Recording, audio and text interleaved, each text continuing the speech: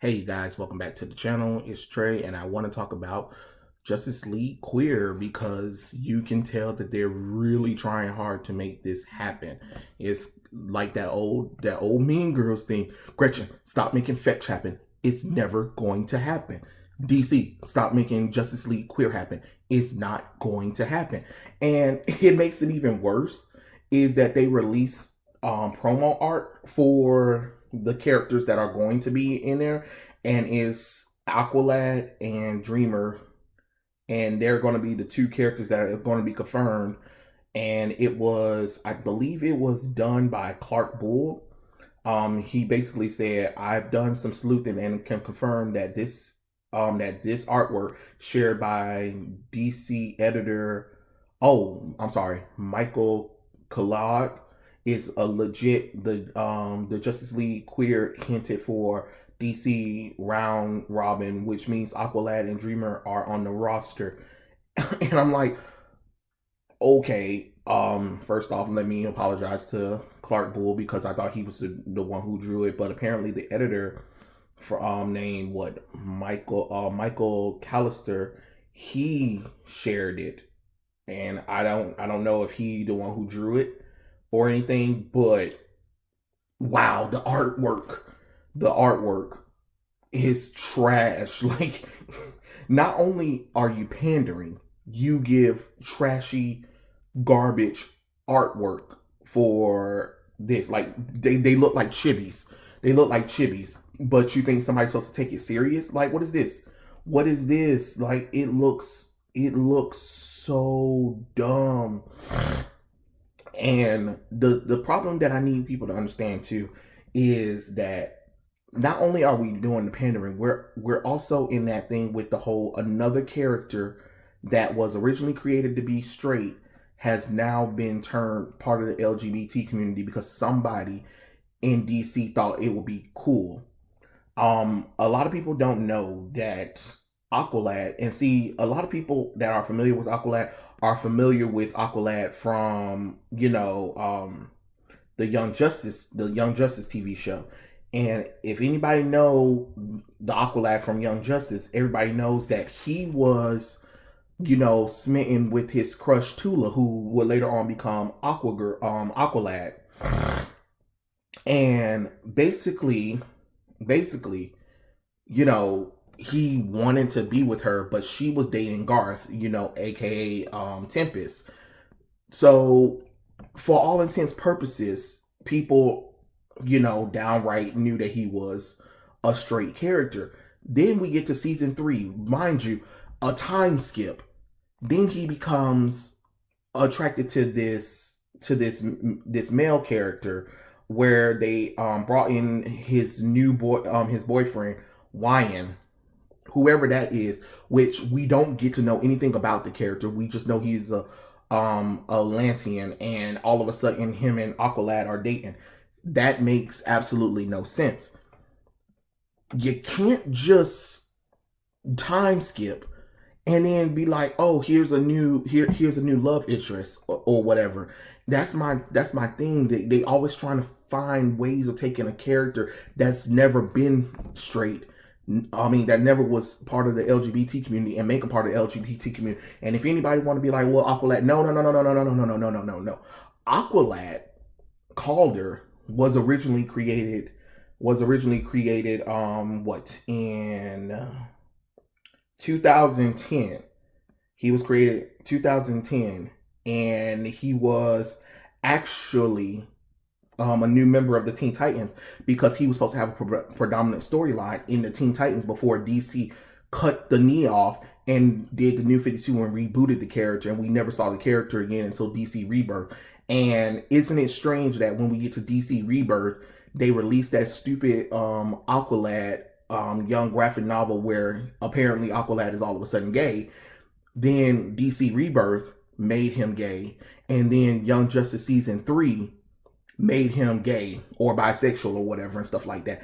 And again, I'm not saying that characters can't, but you have to kind of explain that kind of stuff, because when he was introduced, actually, Jackson Hyde was average student, who actually was in on again, off again relationship with his girlfriend Maria that bordered in Silver City, New Mexico.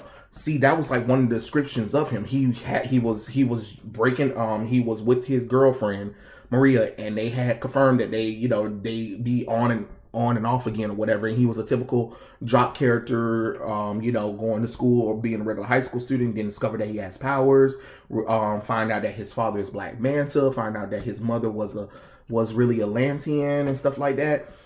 And his father wanted to use him against Aquaman, and then Aquaman told him the truth about everything, and then hey, introduce him to the Teen Titans, and he was going to play a major role in the Teen Titans. There was like an end of Brightest Day where we saw what the future hold for Jackson Hyde, and then all of a sudden DC said screw it. But anyway, and then of course they're bringing in Dreamer, Null. I guess they're going to bring in the version of Supergirl instead of the original version of her, Dream Girl. But we're not even gonna. That's a whole nother conversation. But what I'm saying is, you can kind of see how they're really trying to pander that vote for Justice League Queer, not with that crap artwork. And what's going to happen is, if it doesn't make it, it's going to be, oh, it's because people are homophobic. No, people aren't homophobic. They just don't like to be pandered. I don't like to be pandered. Why is there even a team called Justice League Queer? What are you doing? You're segregating those characters. There are characters on many of teams that are just part of the LGBT community that are just there. But when you make a big deal about it, or when you take a character that's never been part of it and you make them part of it, it loses its lust. That's why we don't that's why we don't deal with Iceman. That's why Green Lantern Alan Scott isn't talked about, the New 52 Earth 2 version, and now this one's probably not going to be talked about anymore, where we don't deal with half of the characters from the Young Avengers anymore. When you keep taking characters that have never been part of the LGBT community, and then you make them part of the LGBT community, they don't get talked about anymore. Like Aqualad. After he was in Rebirth, in that Rebirth run or whatever and stuff like that, we don't talk about him. The only time he's gotten talked about is in that Future State comic book. That's literally it. Other than that, after that Teen Titans Rebirth run ended, he went out the window. We don't talk about him anymore. Because people don't like when you take characters that are canonically straight, were introduced canonically as straight characters, and then you decided to reboot them or retcon or retool them as the LGBT community. You don't get that same support anymore. But my thing is, you guys will ignore the gay characters that fans actually like. What about the Midnighter and Apollo book that people been wanting to love? Let's be honest, Midnighter and Apollo is basically gay Superman, gay Batman, but they're amazing characters. Why do we not see more of that? Where is the hell is Renee Montoya at, Harley? We barely see Renee Montoya at all. We don't see her that often. I don't count Harley Quinn. I don't count Poison Ivy. I don't count Alan Scott. And of course, you have the most iconic one, Batwoman. You guys are destroying her in her TV show that turns people off from the character even more. So you self-sabotage your own gay characters. That don't even make no sense to me. I don't understand that. Why do you do that kind of stuff? It just makes absolutely no sense. And then you're pandering so hard that it's really hard. It's really hard to really support that, Like, what am I supposed to do with this nonsense? Like, okay, if that's the artwork, then I'm just not going to support it. And matter of fact, I just thought about it. DC first gay character was, how you say it? I don't know how. Extranado.